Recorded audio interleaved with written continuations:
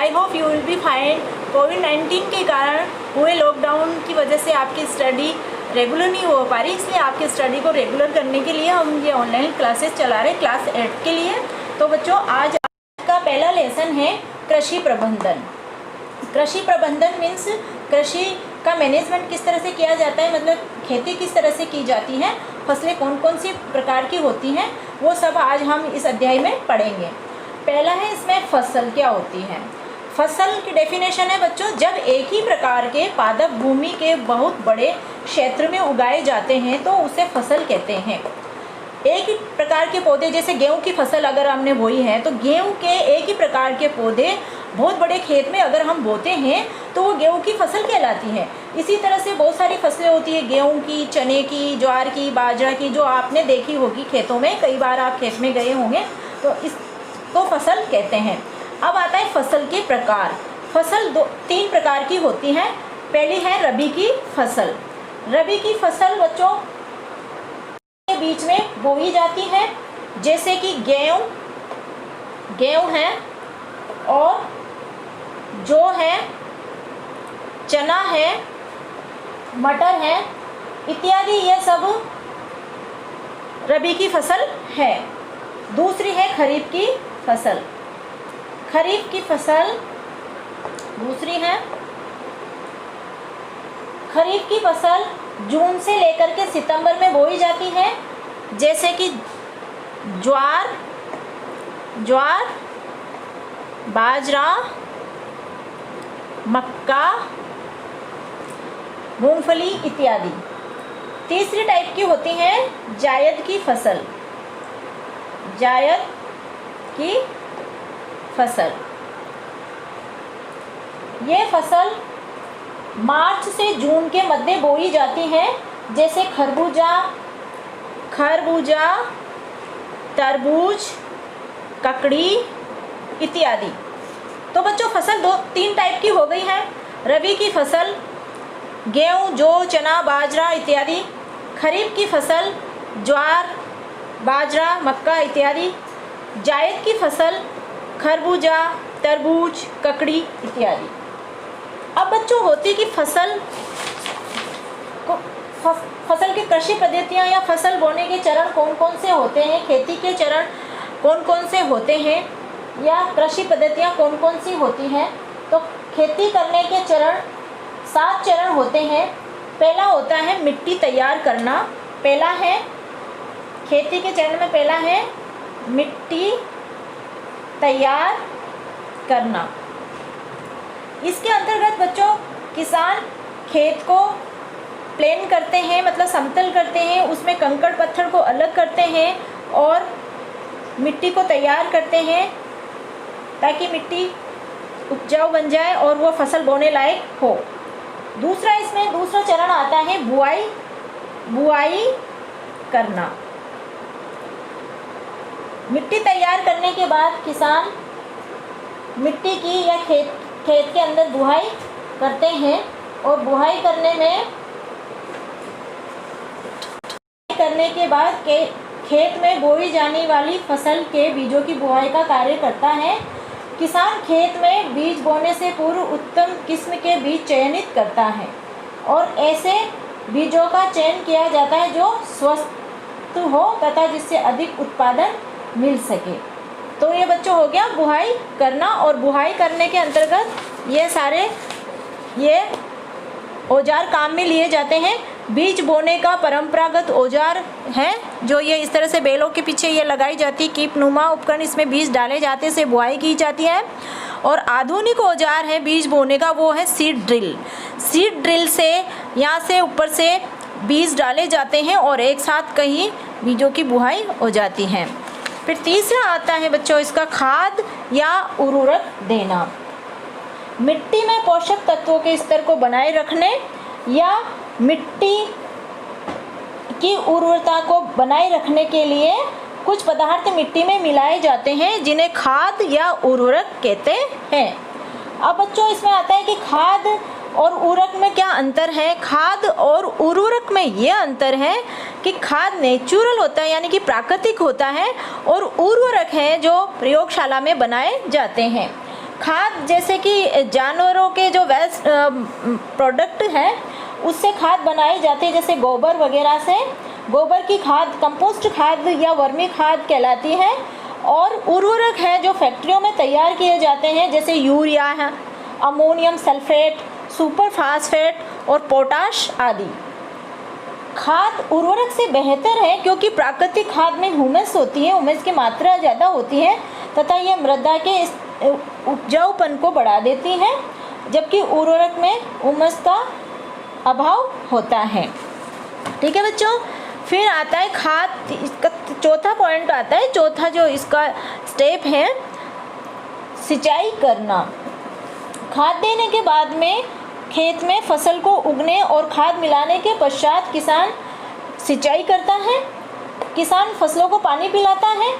तो कई प्रकार के कृत्रिम साधनों के द्वारा समय समय पर फसल को जल की आवश्यकता की पूर्ति करना ही सिंचाई कहलाता है।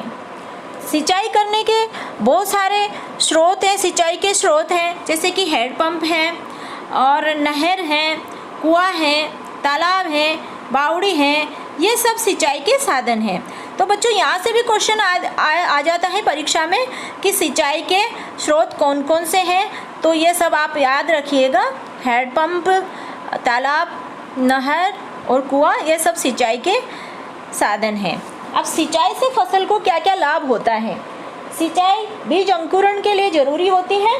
दूसरा, वाष्पोत्सर्जन क्रिया हेतु पत्तियों और को जल की आपूर्ति करती है सिंचाई। तीसरा है जल के द्वारा विभिन्न पोषक तत्व पौधे के स्रोत, ये बता दिया आपको। अब आते हैं सिंचाई के साधन। सिंचाई के साधन बच्चों दो टाइप के होते हैं, पारंपरिक साधन और आधुनिक साधन। पारंपरिक साधन में आता है चरस, जो पुराना साधन था पहले, और आधुनिक साधन में आता है नलकूप। और सिंचाई के साधन में और दूसरे साधन है ढेकली, विद्युत पंप, रहट, मोट और डीजल पंप। यह सब सिंचाई के साधन हैं। फिर है सिंचाई की आधुनिक विधियाँ। सिंचाई की आधुनिक विधियाँ भी दो तरह की हैं। छिड़काव यानी छिड़क के ऊपर से कर सकते हैं, और ये बूंद बूंद सिंचाई यानी कि ड्रिप तंत्र, जिससे बूंद बूंद सिंचाई की जाती है। फिर इसके बाद में बच्चों आता है सिंचाई करने का, कृषि का, फसल बोने का पांचवा चरण है फसल की सुरक्षा करना। फसल की सुरक्षा, किसान पर फसल को बोने के बाद में फसल की सुरक्षा करते हैं। किसान फसल पकने पर उसको काट के खेत से सुरक्षित घर ले आए और उसकी मेहनत सफल होती है। परंतु जब यह आसान प्रक्रम नहीं है, इस अवधि में किसान को कई समस्याओं का सामना करना पड़ता है। ये समस्याएं बहुत सारी हो सकती हैं, तो उनको इस फसल की सुरक्षा करनी पड़ती है, यानी कि खेत में जाके फसल को जानवर वगैरह नहीं खा जाए, उससे उनको बचाना पड़ता है। उसके बाद आता है बच्चों छठा फसल काटना। फसल के पक जाने पर किसान फसल को काटता है, जिसे फसल की कटाई कहते हैं। फसल के पक जाने पर इसे या तो जड़ से उखाड़ता है या कुछ को मिट्टी के पास से काटा जाता है। फसल को पुराने समय में दराते से काटा जाता था। अधिकांश किसान आजकल हार्वेस्टर मशीन को फसल कटाई हेतु उपयोग में लाते हैं। अब फसल की कटाई का तरीका है थ्रेसिंग। थ्रेसिंग किसे कहते हैं? थ्रेसिंग फसल की कटाई के बाद इसकी नमी को दूर करने के लिए कुछ दिन इसे सुखाते हैं और इसके बाद बीज के दानों को भूसे से अलग कर लेते हैं। इस विधि को थ्रेसिंग कहते हैं। छोटे खेत वाले किसान अनाज के दानों को हवा में पटक कर अलग करते हैं। अनाज के दानों भारी होने से पास के नीचे गिर जाते हैं और भूसा उड़कर अलग हो जाता है। इस तरह से भी फसल को अलग कर लिया जाता है। फसल को काटने की विधियां हैं वो कई तरह की हैं, जैसे कि हाथ से फटकना और कंबाइन मशीन से फटकना। ये तरीके फसल को काटने में काम में लिए जाते हैं। और पुराने ज़माने में इस तरह से दराती से भी फसल काटी जाती थी। हार्वेस्टर मशीन है जो फसल को बहुत जल्दी से काटती है, स्पीड से, इसलिए हार्वेस्टिंग मशीन के द्वारा भी फसल काटी जाती है। फसल काटने के बाद खेती का जो अंतिम चरण होता है वो होता है अनाज का भंडारण करना। अनाज का भंडारण करने के लिए बड़ी बड़ी मशीनें होती हैं जिनको कहते हैं साइलो। थ्रेशिंग कार्य करने के बाद में अनाज को बोरियों में भरकर किसान घर ले आता है और चारा पशुओं को खाने के लिए इकट्ठा कर लेता है। घर लाए अनाज का किसान भंडारण करता है, आवश्यकता अनुसार घर लाता है और बाकी मंडी में बेच देता है। अनेक उपायों द्वारा भंडारित अनाज को नमी, कीट, चूहे, सूक्ष्मदर्शियों से सुरक्षित रखा जाता है और अधिक अनाज के भंडारण हेतु मंडियों में भंडार गृह होते हैं जिन्हें साइलो कहते हैं। इस तरह से अनाज का भंडारण किया जाता है। फिर आता है फसल और पर्यावरण। फसल जो है परिवेश में फसलों से पर्यावरण शुद्ध रहता है और फसल वायुमंडल की आर्द्रता बनाए रखने में सहायक होती है। आसपास के वातावरण का तापमान भी नियंत्रित रखती हैं फसलें और आंधी, तूफान और बाढ़ से भूमि की उपजाऊ परत को बचाती हैं। अब बच्चों एम.एस. स्वामीनाथन थे, तो एम.एस. स्वामीनाथन जो हरित क्रांति में एम.एस. स्वामीनाथन का बहुत बड़ा योगदान है। इनको हरित क्रांति के जनक कहा जाता है। एम.एस. स्वामीनाथन को हरित क्रांति के जनक। इन्होंने घरेलू किस्मों के बीजों का संकरण करा के नई प्रकार की प्रजाति की किस्में तैयार की, जिससे हरित क्रांति पैदा हुई और बहुत ही अच्छे फसल प्राप्त हुई, इसलिए इनको हरित क्रांति के जनक कहा जाता है। तो बच्चों आज की क्लास में हमने पढ़ा कि फसल क्या होती है और फसल कितने प्रकार की होती है और कृषि पद्धतियाँ या खेती के चरण कौन कौन से होते हैं, थ्रेसिंग क्या होती है। आज की क्लास में बच्चों इतना ही, बस, धन्यवाद।